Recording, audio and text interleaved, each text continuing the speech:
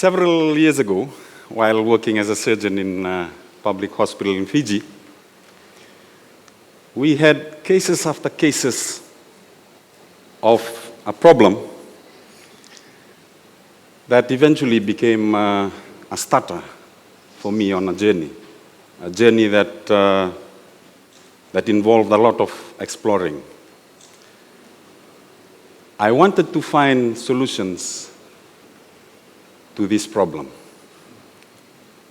Every day, when I would walk into the surgical wards, most of the beds would be filled by diabetic patients who have rotten limbs, rotten feet, rotten legs, sometimes even rotten whole limbs.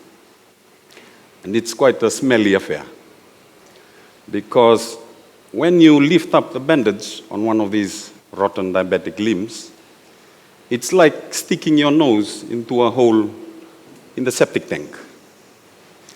The stench is quite overwhelming, to say the least. And imagine a whole ward full of this, 2 wards, 3 wards. Situation would be really, extremely bad. Infection widespread all over the body. That death would happen if we don't do anything. We do not amputate. And I would come with a piece of paper to try and get these patients to sign, to agree to the fact that I'm going to cut, but there would be only 2 options. And in a few minutes, I would have to present these 2 options. You either save your rotten limb and lose the life, or save your life and lose the limb. Now, I don't think any one of us sitting here would want to be in that kind of situation.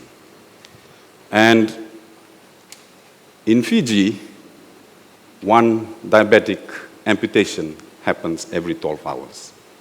That's 2 in a day, more than 700 a year. Disabilities due to diabetes. And it seems to me that it felt like we are competing on who's going to produce the most number of disabilities in the world. And we are a small population of only 900,000. That rate is too much. I couldn't turn my back away from that. Now, I also was fully aware of the fact that this is not the only health problem there is in Fiji. We have so many cases of hypertension, uncontrolled hypertension, stroke, cardiac diseases, mental illnesses, the many forms of cancer and all its complications. We have injuries that result out of violent behavior. We have injuries because of road traffic accidents that are due to road rage and drink and driving. All of this under this big umbrella of non-communicable diseases. Most of the time we refer to them as lifestyle diseases. And it became quite overwhelming for me. At first I thought, okay, Johnny, you might as well just go back to this corner of surgery and just quietly do your work and, go home. But within me I felt, no. I have to do this. My own people are getting amputated at the age of 30 to 40. At an age where they are supposed to be very productive and be useful to this country. This can't go on. I must do something. And I couldn't turn my back away from this. Now, my colleagues did not turn their back away from this. Diabetic surgery is dirty surgery, like we used to call it. We joke about it amongst ourselves that we are like surgeons working in septic tanks, and no one aspires to be a surgeon working in a septic tank. We, as medical students, as budding surgeons, we wanted to be neurosurgeons, pediatric surgeons, and neurologists and all those. No one wants to do this dirty job. So I told myself I'm going to have to do something about this. I want to prevent people from reaching this hospital because there are no options. And if I can even prevent them from getting diabetes, I'll be the happiest man on earth. And so I started this journey. Several years later, here I am trying to share with you what I've just found. Now, as a surgeon, I've learned that there were two important things that helped me along this journey as well, and I learned it in surgery. One is to trust the fundamental principles in things. Fundamental principles is very important. Secondly, is that when problems are overwhelming, when the difficulty is you just can't bear it, it's just to take a step back, and there is always a simple solution right there in our faces. And it needs taking a step back, drawing from the fundamental principles, and then lo and behold, usually, it just spreads out and the problem is solved. So these are the two basic things that helped me along my journey. So what are these fundamental principles, the basics, the simple things? We are a total being. We are a wholesome being. We are made up of a physical, this infrastructure, this muscle, this bone, this thick skull, these organs, physical being. And then we have a mental being. The infrastructure part of it is the brain. The other being part of it is the mind, the memory, the conceptualizing ideas part, and the emotions that come with the mind. And then we have a spiritual being. The infrastructure part of it has not been understood, but we know it is there. There is a spiritual being. And these three beings, every day as we live our normal lives, are exposed to our surroundings, the factors. We are interacting with each other. We are under the influence of elements of the environment, plants, animals, viruses, bacteria, fungus, and so on. We are exposed to technology and the changing technology with time. We are exposed to economic problems and factors and issues that affect these whole three beings. But we are a natural being. And because we are a natural being, the way we function is under the rule of nature. The way we function is under the rule of nature. And nature says that everything has an order. There is a 1, 2, 3, 4. And when everything is in order, then everything works in perfect balance. When everything is in order, everything works in perfect balance. We like to disturb that order, and we continuously will have to face the consequences of the unbalances that come with it. Now, every day when we are faced with these environmental factors, what happens is I get exposed to something I see, I taste, I feel, and then my mind starts to try and process this, to remember this, to try and conceptualize, to try and make decisions. But while it's still doing that, our spirit speaks first and responds. Our inner being, our deeper conscience responds first. The natural instincts that come first. The mind gets that, and then the mind makes decisions, whether it will follow the spirit or just follow what it wants because of the experiences, the memory that is already stored within. The body, what it does is reacts to what the mind does. So that's the order. Spirit, mind, body. Spirit, mind, body. And also, every day, there would be circumstances that are quite sudden and intense. So intense that it suddenly just causes a total unbalance in our inner being. What nature does is it also reacts with it. Now, what is this system that we have inside? It's the stress system. And when we have these sudden stresses in our lives, nature also responds at the same time. And when it does, it turns off the unnecessary functions of our bodies and then just focuses all the energy on the necessary, the vital organs, so that we respond quicker to these stresses because they are so intense, and once the stresses go away, the response goes back to normal and everything goes back to perfect balance. Now, when the stress system is activated, a hormone is produced in the body called cortisol. Cortisol is the stress hormone, and what it does, it actually tries to reverse and brings back things to normal, shutting down things, just allowing the vital organs to move on and deal with the stress. Now, in this day and era we live in, how many sudden, intense, stressful events are we going through? How many of us are going with emotional stresses, mental stresses, physical stresses, the commitments to assignments, the commitment to work, we have to perform, and then we have these emotional baggages that we carry with us because of, and it's repeated, and it goes through the day, yes, 7 days a week, 365 days a year.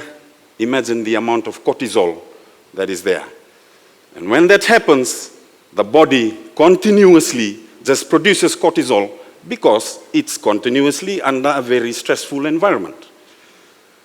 Now, the part of these beings that are unbalanced so much because we do not physically exercise or don't eat healthy, the part of that physical being will manifest the unbalance.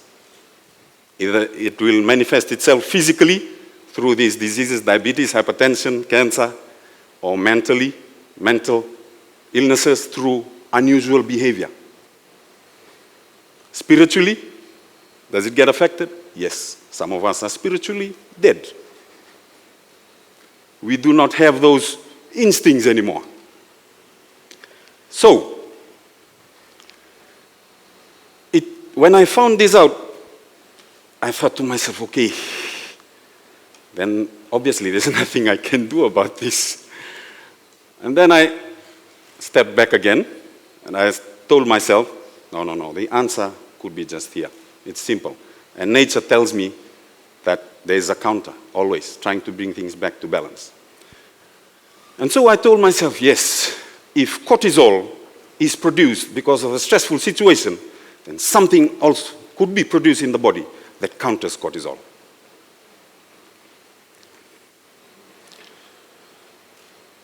Our spiritual being, when we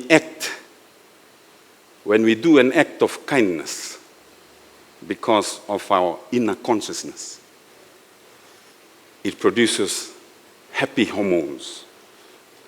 Oxytocin, the love hormone, the hormone that is produced when a mother gives birth to a child. That love that makes a mother forget all the pain of the last 9 months and that labor moments. Serotonin, happy hormone, the addictive hormone that makes me want to keep on doing the same thing because it's rewarding me. Dopamine, the hormone that we surgeons know that helps us with healing when we want to close wounds and we want it to recover better. Dopamine. And all of these have the power to reverse cortisol. Imagine that. And reverse the whole damages that cortisol have done. And not only that, it puts me in a state of prevention. We always hear that term, prevention is better than cure. What these hormones are doing are curing and doing prevention at the same time. Now, no medicine can do that. Antibiotics and immunizations at the same time. That's wonderful. Yes? But why isn't this happening? Why aren't we able to do acts of kindness? Simple, and these are simple days, activities of the day. We do not have to go running around searching for extraordinary moments that will, get me pictured on national TV. I did an extraordinary act of kindness. These are simple things that you do at home, at school, at work. Nobody else knows, only my inner conscious is telling me. That's when these hormones get fired up. And when it gets fired up, I become cured. I heal. I'm happy. I love. And I want to do it more because it's addictive. Serotonin is an addictive hormone. Imagine that. Now, I ask myself again, now why is it that this is not happening? If it's that simple. Because the spiritual being, because it has been dead for a while, it's like a muscle not exercised. I try and flex and I can get anything out of it. It shrinks. Muscle, when you exercise, it then grows. And you exercise some more and continues to grow. So I told myself, I'm going to search for something that can wake this muscle up, and not only that, allow me to continue doing these acts of kindness, because I'll be healing and curing and be happy. I searched and I found heartfulness meditation. It's meditation that focuses on the heart, on the spirit, on the inner being, on the inner consciousness. And what meditation does is two things. One, it relieves me of the mental stresses and emotional stresses that I go through every day, because it relaxes the mind. And also at the same time, it allows me to tap into that sleeping muscle and flex that spiritual muscle. And I'll be able to do a lot more good things. And when I do that, I heal and I prevent stresses from affecting me. One practice, one stone, two birds. That's amazing. Just sitting down, closing your eyes, focusing on the heart, allows me to wake up that muscle. And when I do that, I get myself in natural order. And when I get myself in natural order, I get myself to perfect balance, natural balance. Do I have to forget about physical activity? Do I have to forget about eating healthy? Do I have to forget about taking medications? Of course not.